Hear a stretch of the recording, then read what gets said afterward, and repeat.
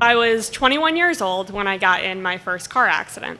I was a senior in college, and I had taken a Saturday where I totally could have been sleeping to take the cardboard that my apartment complex did not recycle to take it to the local recycling center.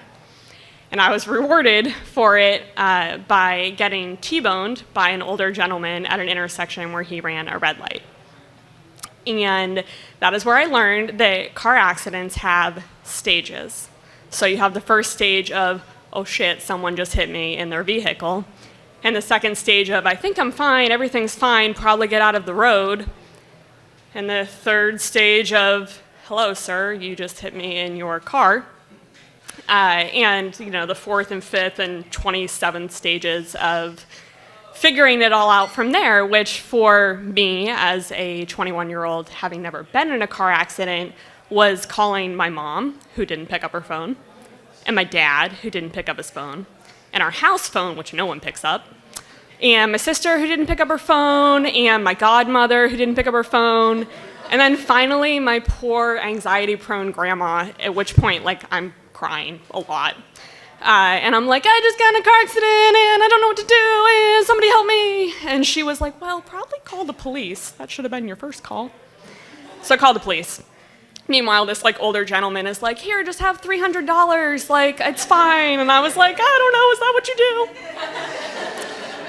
do? So that's when I also learned that when I get in a car accident, I like to have a panic attack. So stage 60 of that day was me still in my apartment having called the police and exchanged insurance and towed the car just crying because can't stop crying. I got in a car accident.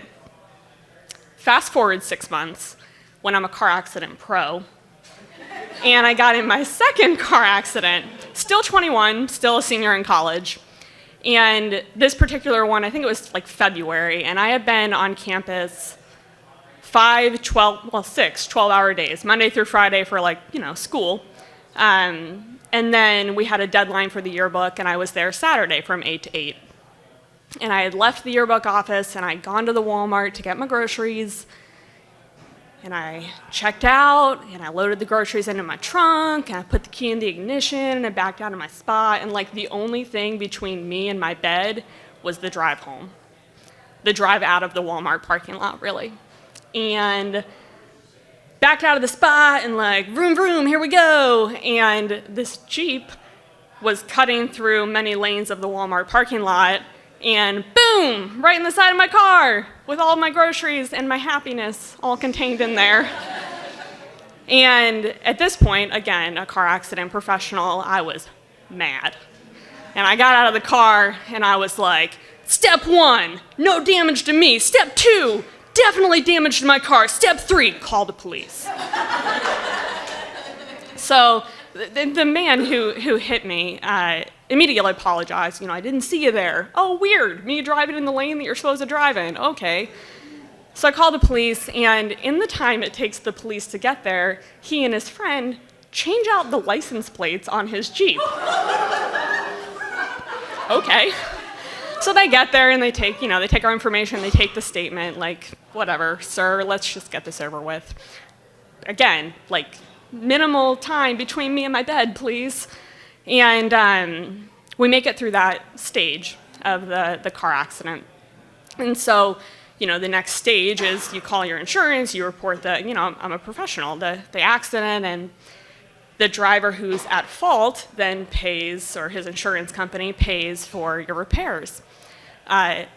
Issue with that step in this accident is apparently that driver didn't claim fault. He apologized when he hit my car before he changed his license plate before the police came, but then was like, I don't know whose fault it was. It could have been anybody's. And so I had his phone number from when we exchanged information and insurance information. And I called him and I left a very kind voicemail. And I said, get your shit together, because you've got to do your part before my car can get fixed. And I was like, well, this is a new stage, but check mark, that stage is done. Now my car is going to get fixed, which it did. He did whatever he needed to do. And they paid for my car to be fixed. And I thought, okay, 2 out of 2, not bad for senior year.